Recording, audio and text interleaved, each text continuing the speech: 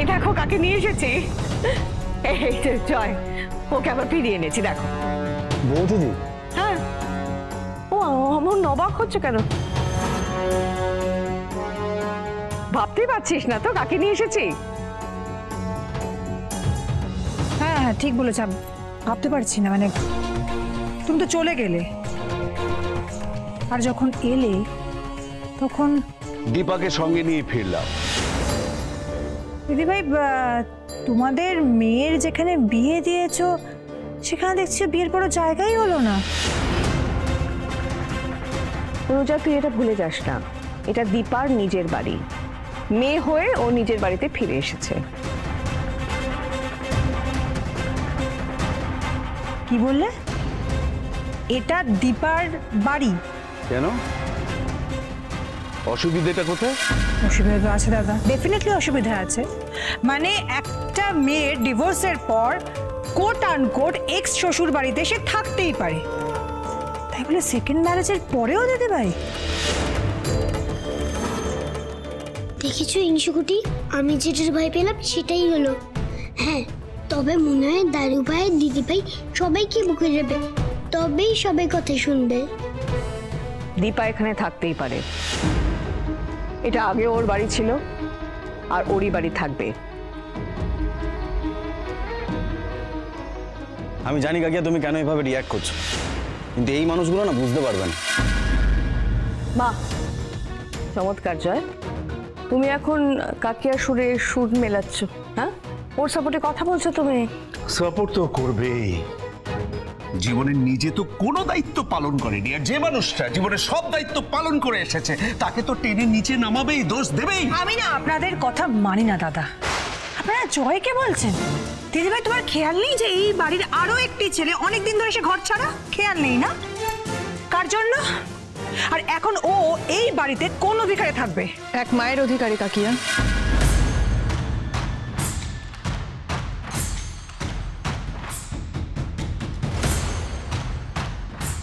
আমি কোনো কথাই বলতে চাইছিলাম না, কিন্তু তুমি আমাকে কথা বলতে বাধ্য করলে।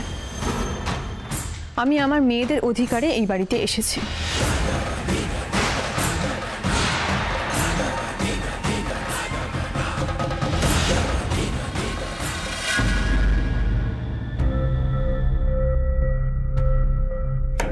Excuse me? Anybody? স্যার,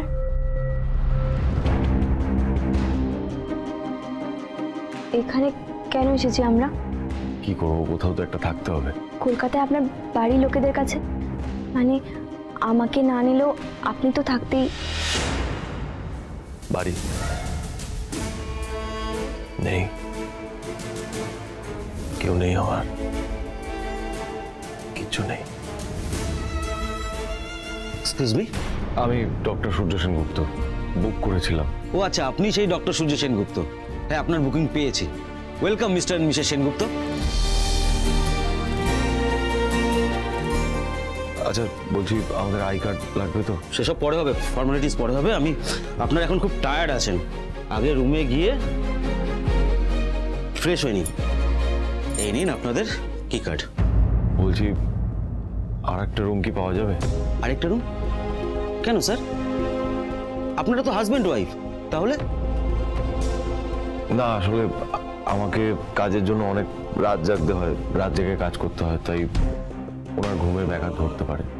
আলাদা ঘর নিলে আমার কাজেরও সুবিধা হবে, আর ওনারও ঘুমের ব্যাঘাত করতে পারে, তাই বলছিলাম। বুঝে গেছি স্যার, জাস্ট আ মিনিট।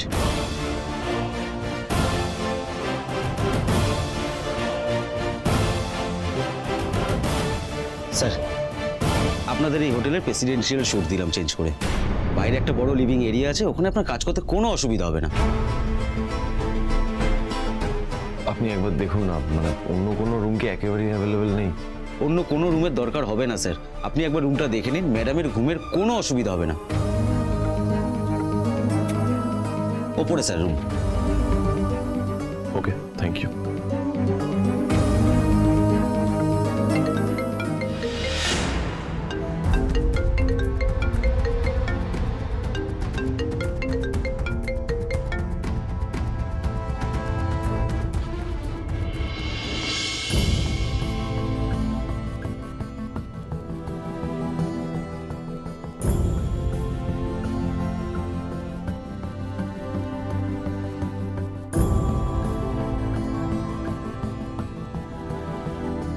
আসুন।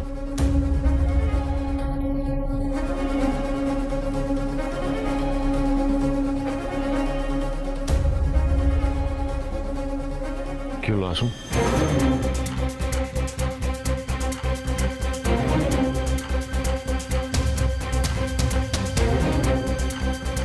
একটা মেয়ে সারা জীবন অন্য কারোর কথায় চলতে পারে না। একদিন এই বাড়ির বড় ছেলের হাত ধরে আমি এসেছিলাম, আবার তার কথার জ্বালা সহ্য করতে না পেরে এই বাড়ি থেকে বেরিয়েও গিয়েছিলাম। আর তুমি ডিভোর্সের কথা বলছো না, সেটাও বাধ্য হয়েছিলাম করতে বিনা অপরাধে। আর তাহলে এই বিয়েটা? সেটাও আমার মেয়ের কথায়, যে অধিকারের কথা, এ বাড়িতে ফিরে আসা নিয়ে কথা তুমি তুললে। তাহলে শোনো, আমার রূপা যখন খুব ছোট্ট ছিল, কি খাবে কি পরবে কিচ্ছু ঠিক ছিল না, তখনও কিন্তু আমি এই বাড়িতে আসিনি। নিজের কথা ভেবেও না। এমনকি মিশকার মতো ক্রিমিনাল যখন এই বাড়িতে জবরদখল করে বসেছিল, তখনও কিন্তু আমি আসিনি। কিন্তু আজ আমি এসেছি আমার রূপার জন্য, আর আমার রূপার চিকিৎসা এই বাড়ি থেকেই হবে। রূপার চিকিৎসা হবে এই বাড়ি থেকে? কি করে দীপা? মানে আমি যতদূর জানি রূপার ট্রিটমেন্টের জন্য অনেক টাকা দরকার। কি দীপা, কি এক্সপেক্ট করছো তুমি? আজকে এই বাড়ির যা অবস্থা তার জন্য তুমি দায়ী। অনুজা, আমার অনেক বলেছো তুমি। আজকে এই বাড়িতে যা অবস্থা হয়েছে তার জন্য তুমি একা দীপাকে দায়ী করতে পারো না। কেন পারি না দিদি ভাই? কেন পারি না? তুমি জোর দিয়ে বলতে পারো আজকে তোমার এই মেয়ের জন্য, এই মেয়ের কুড়িয়ানা শত্রুর জন্য আমাদের এই অবস্থা হয়নি? কুড়িয়ানা মানে কি? এটাও ভুলে গেছো? ঠাকুর, আমি এই কদিন না একটু শান্তিতে ছিলাম, এই মেয়েটা আবার ফিরে এসেছে, জানি না এবার কি শুরু হবে। বেশ, আমি মানছি তোমার কথা। আর আমার জন্য এই বাড়িতে যা যা হারিয়েছে আমি সব ফিরিয়ে আনবো। ও বাবা, আবার সেই এক কথা এক কথা। তোমার মনে হয় এত কিছুর পরেও তোমার এই কথা আমরা বিশ্বাস করি? দীপা, তুই কেন কথা বলছিস ওদের সাথে? শুধু কথা শুনে যাওয়াটাও তো ঠিক না বাবা। কাকিয়া, আমি মুখ ফুটে যখন বলেছি তখন আমি আমার কথা রাখবই। তবে হ্যাঁ, যেদিন আমার মনে হবে সেদিন আমি এই বাড়ি থেকে যাব। আর নিজের ইচ্ছে, অন্য কারোর ইচ্ছে নয়। আর এটা আমি এ বাড়ির বউ হিসেবে বলছি না, এ বাড়ির ছেলে হিসেবে বলছি।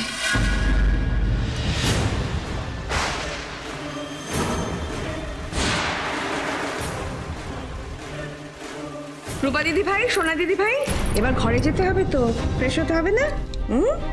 দীপা যা, তুই ফ্রেশ হয়ে নে। দীপা, তোমার বীরকে ধরো, ধর বীর বাবাকে ধরো। ভালো থেকো দীপা, তুমি সাবধানে থেকো।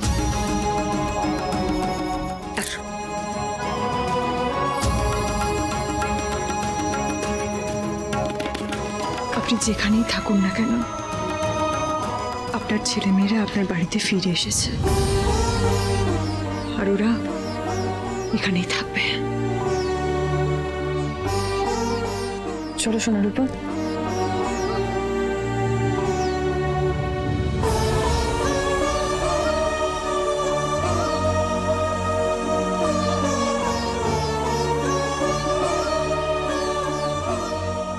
লাবণ্য, আজ দীপা দেখিয়ে দিল সময় আসলে কিভাবে মুখ খুলতে হয়। কতদিন চুপ করে থাকবে ও? আজও একদম উচিত জবাব দিয়েছে আমার মেয়ে।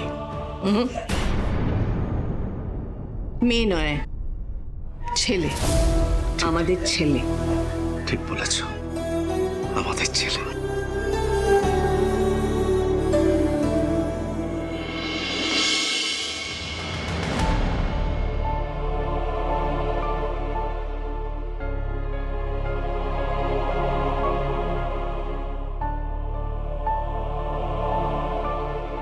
স্যার, আপনি তো খুব টায়ার্ড, এতটা ড্রাইভ করে এসেছেন, একটু ঘুমিয়ে নিন।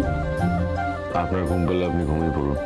কিন্তু আপনি আমার সাথে আপনার কি? আমি শুয়ে পড়বো, আমি এখানেই সোফাতে ঘুমিয়ে পড়বো। স্যার আমি দেখুন, আমাদের দুজনের বিয়েটা কিভাবে হয়েছে আমরা দুজনেই খুব ভালোভাবে জানি। সেই সময় যদি আপনাকে বিয়েটা না করতাম, ওরা আপনাকে মেরে ফেলতো, হয়তো আমাকে। তাই এটা একটা অ্যাক্সিডেন্ট। অতএব আমাদের দুজনের মধ্যে কারোরই কোনো অধিকার অথবা কোনো এক্সপেকটেশন জন্মাবে না। হ্যাঁ, মানুষ হিসেবে আপনার কথা শুনে আমার মনে হয়েছিল যে আপনি বিপদে পড়েছেন, তাই আপনার পাশে থাকা উচিত। সেটা যদি মন্দিরের এই ঘটনাটা না ঘটতো তাহলেও আমি থাকতাম। দেখুন আমি প্লিজ, আমার না এসব কথা শুনতে ভালো লাগছে না। আপনি কোথাও বেরোচ্ছেন? হ্যাঁ। এত রাতে কোথায় যাচ্ছেন? আপনারা তো প্রশ্ন কিসের বলুন তো? না মানে প্রয়োজন আছে তাই বেরোচ্ছি। এত উত্তর দেওয়া তো সম্ভব নয় আমার পক্ষে। একটা প্রশ্ন করতে পারি স্যার? আপনি উত্তর না দিতে চাইলে নাও দিতে পারেন, তবে আমার খুব জানতে ইচ্ছে করছিল। আপনি আমাকে গাড়িতে বসিয়ে দিয়ে মন্দিরে গেলেন, তারপর যখন ফিরে এলেন আপনাকে কেমন রেস্টলেস লাগছিল, কেমন যেন একটা অন্য মানুষ। আমি যদিও ঠিকভাবে দেখতে পাইনি, তবে মনে হচ্ছিল মন্দিরের ভেতরে কারো একটা বিয়ে হচ্ছে।